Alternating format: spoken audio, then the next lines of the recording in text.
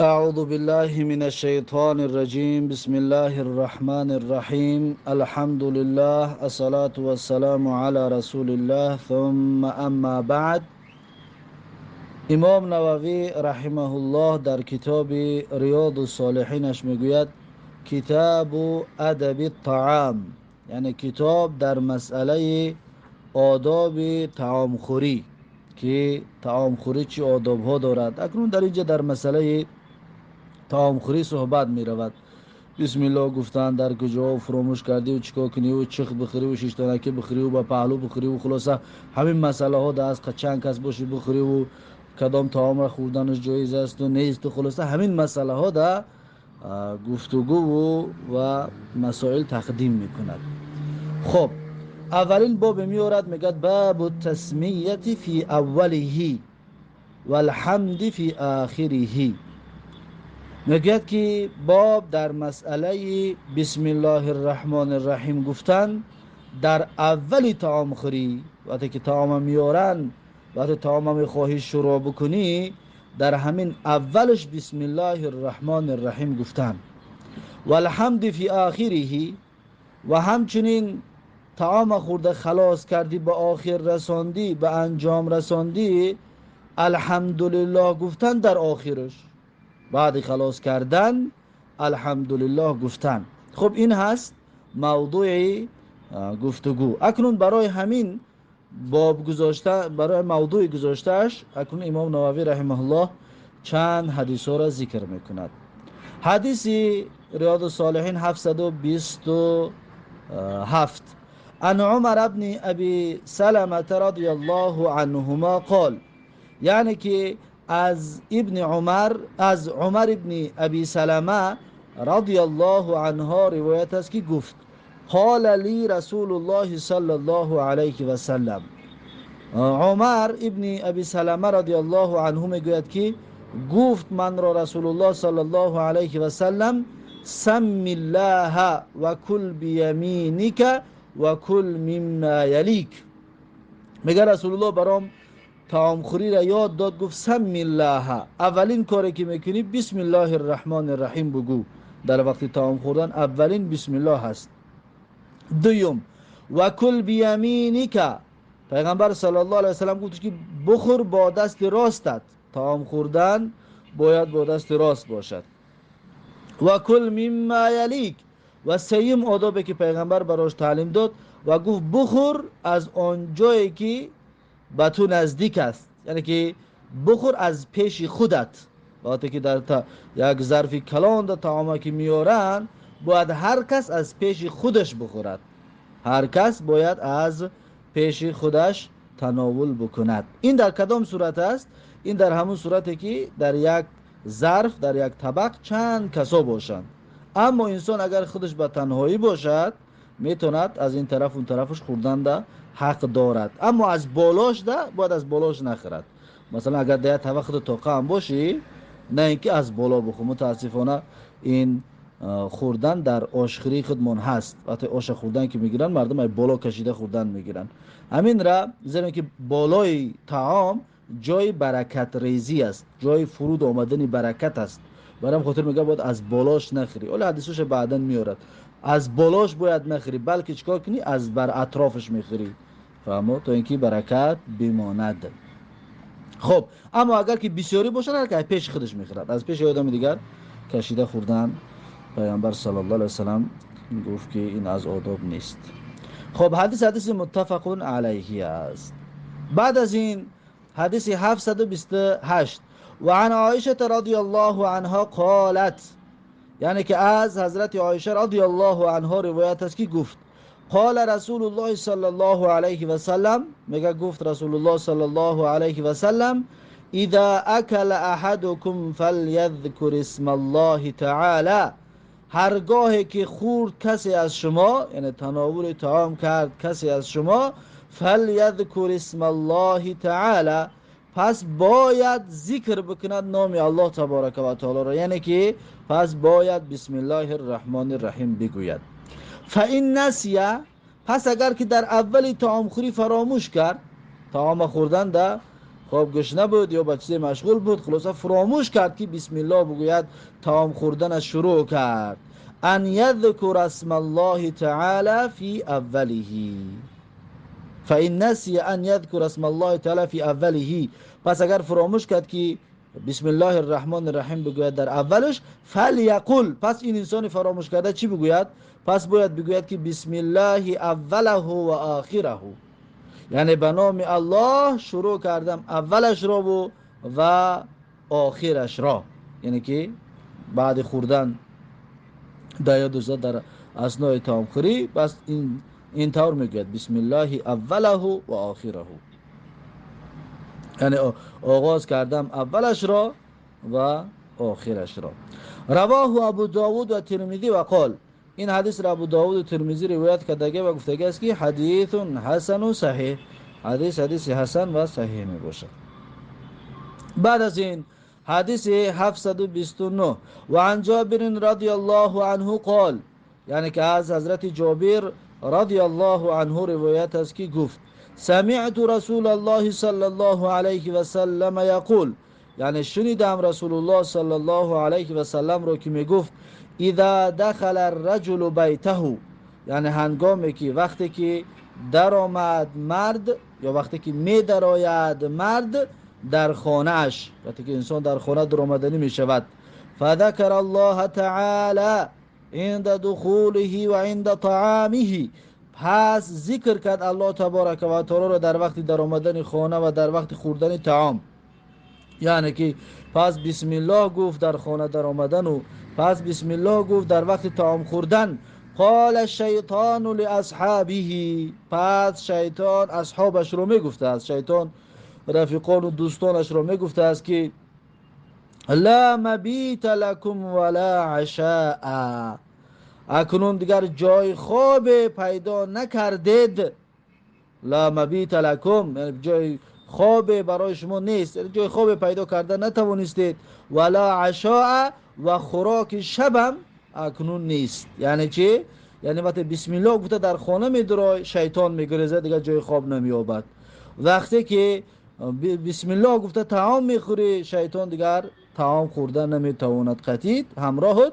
از همین حساب است که میگوید که لا مبیت لکم ولا عشاء، یعنی جای خواب پیدا نکردید شما و خوراک را همچنین پیدا کردن نتوانستید. و اذا دخل، و هنگامی که بدراید یک انسان، فلم یذکر اسم الله تعالی عند دخوله، پس ذکر نکند نام الله تبارک و تعالی را در وقت خانه در آمدن، یعنی بسم الله نگوید، قال الشیطان، شیطان میگفته است که ادرکتم المبیت، یعنی که شما پیدا کردید خواب، جای خواب را، جای خواب اکنون میگه یافتید، به خاطر اینکه صاحب خانه به بسم الله در خانه اش در آمد.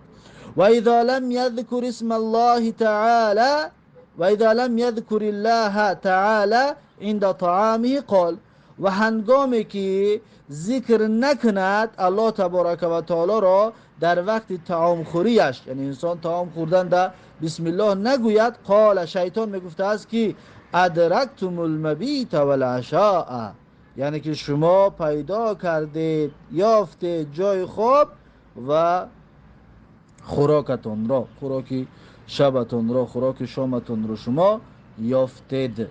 یعنی که کدامش ده که بسم الله فراموش شود، شیطان در همون همراهش است. وقتی خانه در آمدن بسم الله گفت، شیطان همراهش نیست. وقتی طعام خوری بسم الله گفت، شیطان همراهش نیست. اما در کدامش که فراموش کرد بسم الله را، پس با شیطان یک جا هست. رواه مسلمون، این حدیث را امام مسلم روایت کردگی است. خب بعد از این حدیث 730 و عن حذیفه رضی الله عنه قال، یعنی که از حذیفه رضی الله عنه روایت است که گفت كنا اذا حضرنا مع رسول الله صلی الله علیه و سلم طعاما لم نضع ایدینا حتى یبدأ رسول الله صلی الله علیه و سلم فیضع یده. میگه که از حذیفه رضی الله عنه روایت است که گفت کنا، میگم ما بودیم، اذا حضرنا مع رسول الله صلی الله علیه و سلم طعاما، هنگامی که حاضر می شدیم با رسول الله صلی الله علیه و سلم بر سر طعام، یعنی سر یک طعام با رسول الله جمع شدیم. حضرنا را میشه بگیم که جمع شدیم با رسول الله یا حاضر میشدیم همراه رسول الله صلی الله علیه و سلم طعاما، یعنی بر سر یک طعام، بالای یک طعام. لم ندع ایدینا، میگه که ما دراز نمی کردیم دستانمون رو، نمی گذاشتیم دستانمون رو، یعنی دستانمون رو به طرف اون طعام دراز نمی کردیم. حتی یبدأ رسول الله صلی الله علیه و سلم، تا آن وقتی که شروع کند رسول الله صلی الله علیه و سلم، یعنی پیغمبر شروع کند اول. فیضع یده، پس پیغمبر صلی الله علیه و سلم میگذاشت دستانش را، یعنی که شروع میکرد دراز میکرد دستش رو به طرف طعام. و این حضرنا معه مره طعاما، اکنون قصه رو بیان میکند، میگه که و این و هر آینه ما میگه حضرنا معه، یعنی که حاضر شدیم با رسول الله صلی الله علیه و سلم مره طعاما، یک بار میگه بر سر یک طعامی، یک وقت میگه بالای یک طعام با رسول الله صلی الله علیه و سلم جمع شدیم. فجاءت جاریتون، پس میگه آمد یک دخترچه، دختره که میده که دویدا پیش طعام آمد. کانها تدفع، میگه که وقتی ما دخترچه را دیدیم، میگه گویا که اون دخترچه تیله داده میشود، یعنی گویا که کس پیش کده آورده سش طرف طعام، یعنی همین قدر بگیم حتی احساس میکردیم که همین دختر بگیم در اختیار همین دخترچه در اختیار خودش نیست وقتی آمدن. فذهبت لتضع يدها في الطعام، پس میگه شروع کرد همین دخترچه تا اینکه بگذارد دستانش رو در طعام، یعنی که دستانش رو به طرف طعام دراز کرد. فاخذ رسول الله صلی الله علیه و سلم بیدها، پس میگه رسول الله صلی الله علیه و سلم دست دخترچه را میگه گرفت، یعنی دستش گرفت از طعام خوری بازش داشت.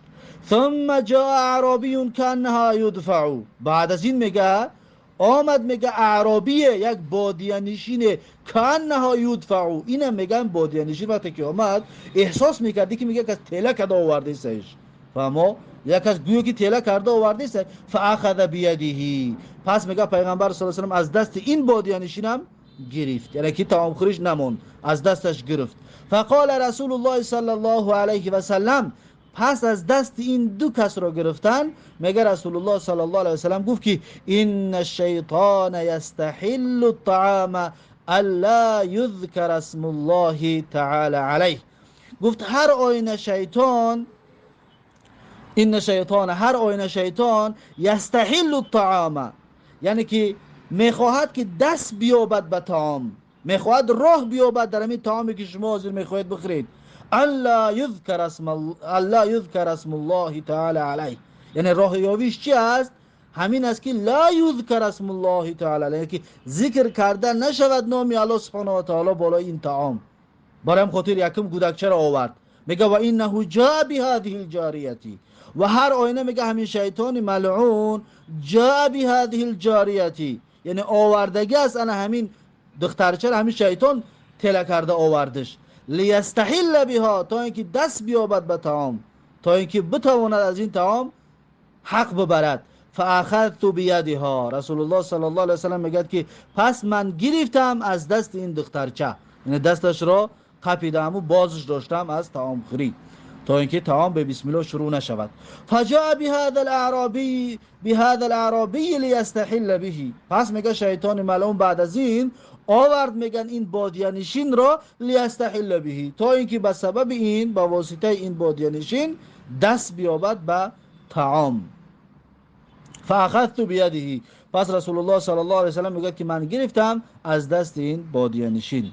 اکنون رسول الله صلی الله علیه و سلم بیان میکند که میگه والذی نفسی بیده، یعنی قسم به ذاتی که نفس من در دست اون هست، روح و جان من در دست اون هست، این یده فی یدی مع یدیهما، میگه هر آینه دست شیطان در دست من است همراهی دست این دو نفر.